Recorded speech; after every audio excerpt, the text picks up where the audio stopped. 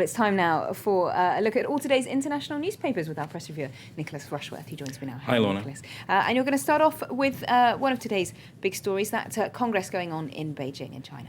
And why not start out with the People's Daily? And it's reporting there is a historic leap on the Chinese road. And it even has a picture there of a row of lovely female staff at this 18th Communist Party Congress.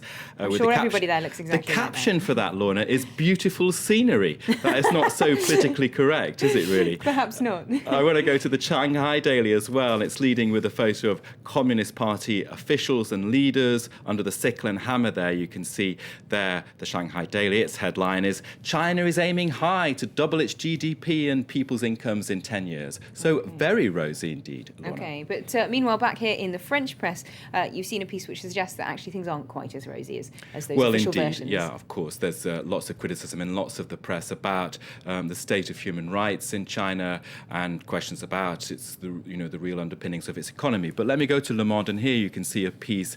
Deng était notre plus grand leader, il a aboli le communisme. Now that piece in Le Monde is actually based on interviews with what the paper calls Chinese intellectuals, and those intellectuals are critical of the current situation in China. Basically, they're saying, well, is China really on the right road with this sort of rapid rate of economic expansion? And they're expressing worries, fears about the future. One of them there is saying Deng was our great leader because he abolished communism. The crop of leaders that are coming in now are not right for China, Lorna. Okay, well, we're going to move away from China to Syria now because President Bashar al-Assad has been on TV and he's told the West, unsurprisingly perhaps, to back off. That's with the Russian TV station Russia Today, and the Daily Beast is reporting on the interview there. You can see the Daily Beast take on that. Syria's Assad to West, I am tougher than Gaddafi. Another quote in that interview with the TV station is Assad saying, we are the last stronghold of secularism and stability in the region.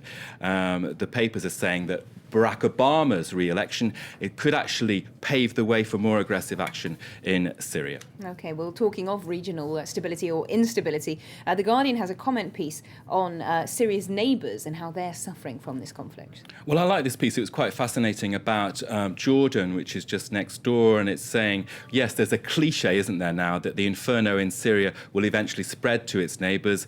And the analysis here is that King Abdullah of Jordan is in a terrible situation. He's, if Assad survives with the perceived connivance from Jordan, that will fuel the Islamist opposition within his country and hostility to him. If Assad fails, then Jordan's opposition, the Islamists, will have the backing of the Islamists, probably, who will take over Syria. So the king there, it says, is in trouble. He needs to introduce reforms.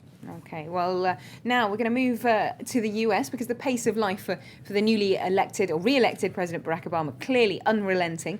He's announced that his first diplomatic mission is going to be not to the Middle East but to Asia.